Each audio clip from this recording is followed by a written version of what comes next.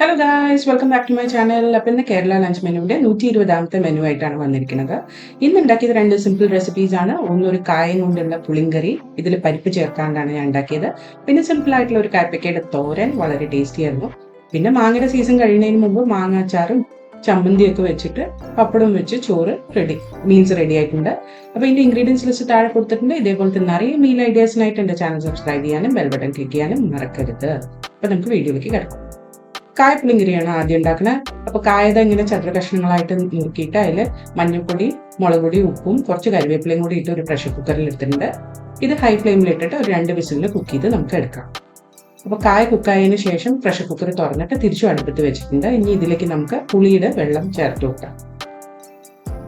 ഇനി ഈ കായും പുളിവെള്ളവും എല്ലാം കൂടി ഒന്ന് നന്നായി തിളച്ച് മിക്സ് ആവണ വരെ നമുക്ക് കുക്ക് ചെയ്തെടുക്കാം. അപ്പോൾ പുളിവെള്ളം നല്ലപോലെ തിളച്ച് വന്നിട്ടുണ്ട്. ഇനി ഇതിലേക്ക് തേങ്ങയും ജീരകവും കൂടി നല്ല വെണ്ണ പോലെ അരച്ചെടുത്തത് ചേർത്ത് കൊടുക്കാം. ഇനി ഇതെല്ലാം കൂടെ മിക്സ് ചെയ്തിട്ട് നമുക്ക് ഇതൊന്ന് ചെറിയൊരു തിള വരുന്നവരെ അടുപ്പത്ത് വെക്കാം. അപ്പോൾ നന്നായിട്ടൊന്ന് മിക്സ് ചെയ്ത് കൊടുക്കട്ടെ.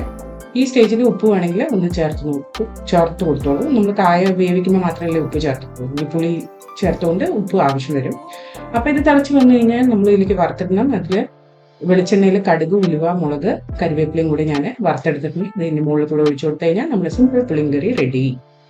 ഇനി അടുത്ത കായ്പക്ക തോരനാണ്, അല്ലെങ്കിൽ പാവയ്ക്ക തോരൻ. അതിൻ്റെ വെളിച്ചെണ്ണ മീഡിയം ഫ്ലെയിമിൽ ഒരു പാനിൽ ചൂടാക്കി എടുത്തിട്ട് അതിലേക്ക് കടുകും ഉഴുന്നും പരിപ്പും ഇട്ട് കൊടുത്തിട്ട് കടുക് പൊട്ടണം, ഉഴുന്നും പരിപ്പ് ചുവന്ന് വരണം. അതുവരെ നമുക്ക് വെയിറ്റ് ചെയ്യാം.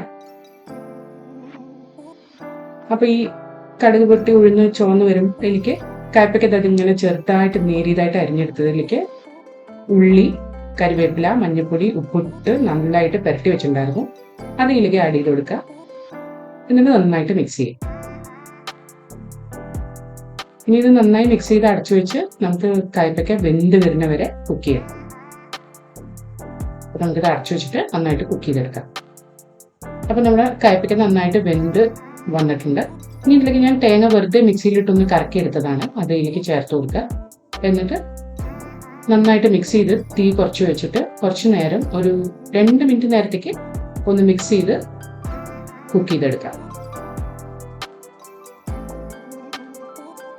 ഇടയ്ക്കിടയ്ക്ക് ഒന്ന് ഇളക്കി കൊടുത്താൽ മതി. തീ കുറച്ച് വെക്കാൻ മറക്കരുത്.